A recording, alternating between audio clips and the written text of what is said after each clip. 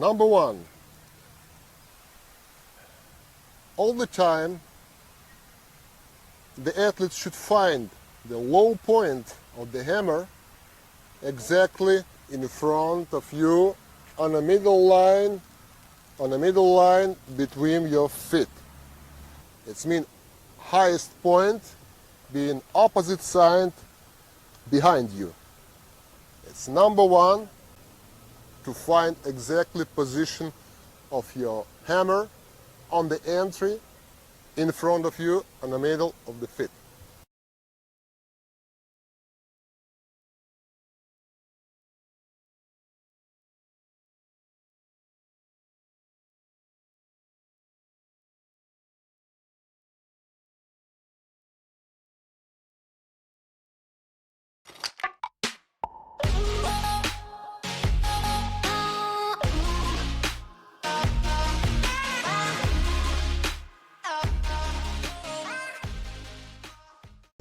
Having the low point in the center is vital to other aspects of your throw.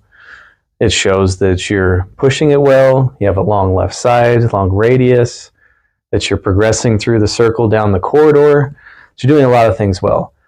This is a largely overlooked component because a lot of people throw far without keeping it there. But this is just a great indicator to show that you're doing a lot of other things well.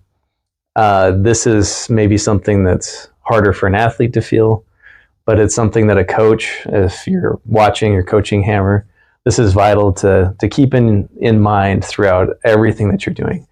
So I recommend this, and it's good that this is number one. Very important to keep an idea of where the low point is. Always, we want it to be in the center. Everything works well. The ideal turn, the ideal motion is all in place when you have the low point in the center. This is incredibly difficult for athletes to feel. It's something that maybe at best you can feel when it's off. It's hard to really know that it's in place, other than what I've mentioned before. It's an indicator if you're doing other things well. So you just want to make sure that when an athlete is having trouble with their low point slipping a lot, that you use the other indicators, like, hey, where's your long left side? Where's your push? Where's your catch? Where's the other aspects that are easier to fill, that encourage the good low point, and that it stays in the center. You have the good radius. This is something that's very tough, and it's kind of a catch-22, because if you feel a lot, you're probably doing other things poorly, or you're not pushing it well, you're not accelerating it well. So you want to make sure that when you're coaching that and you're facilitating that, or you're learning the hammer, it's something that you just want to pay attention to. It's maybe an indicator of, hey, this slipped. Why did that happen? What was off? Because when you put it in well and it's in the low point at zero, lots of good things happen. This is not something that Sedykh, when I went to clinics, that I was coached by him a lot. I don't know if this is just for me, but I didn't witness it.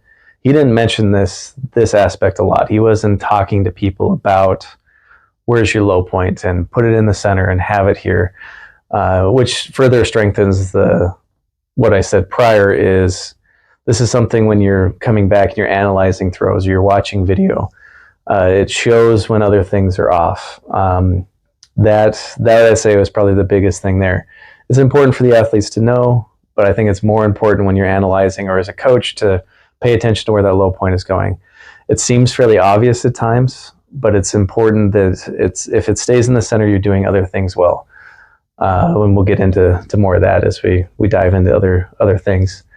Conversely, with Bondarchuk, with Dr. Bondarchuk, he messed with my low point quite often. He would change where I put it in. He would set it in different spots, especially when I was first working with him. And as I think back of it, I think the main reason was because I wasn't pushing the ball well. I was doing a lot of other things well, and I was in the correct positions, but not necessarily working through them well. And I think that's a big emphasis of good hammer throwing, is you constantly have a good engine. You have a constant way of applying force and accelerating that is able to build turn after turn after turn. I could say pretty confidently I was not doing that when I first started working with Bondarchuk.